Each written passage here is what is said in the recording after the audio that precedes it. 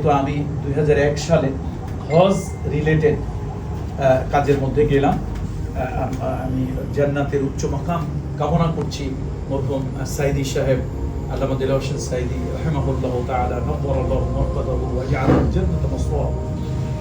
যখন BNP government ক্ষমতায়, তখন শাহজাহান সাহেব নামে এক ভদ্রলোক, সম্ভবত বরগুনা বা পটুয়াখালী, ম্যান অফ বরগুনা বা পটুয়াখালী, উনি ছিলেন রিলিজিয়াস অ্যাফেয়ার্স এই মিনিস্ট্রি, উনি ছিলেন মানে একজন মিনিস্টার ছিলেন।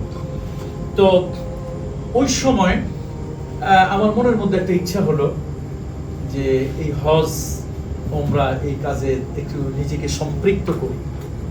তো আমি আমার মাকে সহ, আমার father in law, mother in law সহ আমরা এই বিরাট একটা বড় বহর, আমার বড় ভাই, আমাদের পরিবারে অনেকে আমরা একসাথে হজ করলাম। এবং তখন আমার কাছে একটা কিউরিসিটি জাগলো, দুনিয়াকে জানার, বোঝার এবং দেখার একটা। তখন ইয়াং ছিলাম, তখনকার মানসিকতা তো ওইরকমই হওয়া স্বাভাবিক। তখন আমি চিন্তা করলাম যে কাজটা অনেক রিস্কের, কষ্টের এবং চ্যালেঞ্জিং। হজের কাজটা অত্যন্ত চ্যালেঞ্জিং একটা কাজ। তো আমি চিন্তা করলাম এই কাজটা আমি করব। তো আমরা কি করার দরকার, গভর্নমেন্ট লাইসেন্স দিচ্ছে, সাইদি চাচার কাছে গেলাম। চাচাকে অনেক কষ্টে পেলাম। তো উনি আমাকে প্রথম, ওই দিন লাস্ট ডেট ছিল, একটা অধিবেশনে ছিলেন পার্লামেন্টের। তো উনি সময় দিতে চাচ্ছিলেন না। আমি বলছি যে কোনোভাবে আমাকে আজকে আপনার সময় দিতেই হবে। তো উনি বললেন তুমি তো খুব নাছোড়।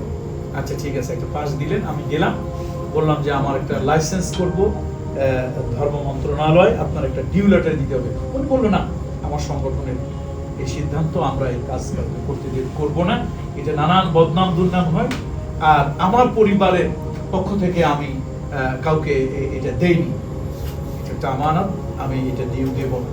তা আমি বললাম না, কাউকে না দিলেও আমাকে দিতে হবে।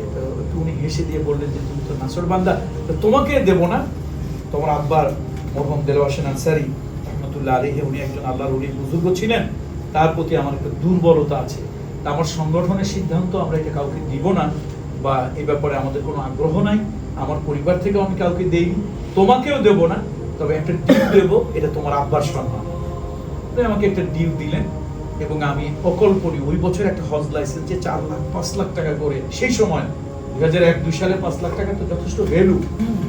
যখন আপনার ইয়াতে শনির আঁকড়ায় 2 লাখ টাকা বা তার থেকে কম কাঠা পাওয়া যায় জমি, সেই সময়ের কথা। তো 2-4-5 লাখ টাকা ঘুষ লাগে, দিয়ে ওদেরকে খুশি করে দিতে হয়। আলহামদুলিল্লাহ সাইদি চাচারি, উনি সংসদীয় কমিটির চেয়ারম্যান, ওনার এই ডিউটা আমি একদম টাকা ছাড়া, একটা টাকা ছাড়া লাইসেন্স পেলাম। আলহামদুলিল্লাহ মন্ত্রণালয় লোকেরা হাসাহাসি করলো, আরে আপনি তো একটা আজব চিড়িয়া, গ্রিনিস বুকে নাম লেখানো দরকার। কেন? ওই যে আপনি টাকা ছাড়া লাইসেন্স নিয়ে যাচ্ছেন।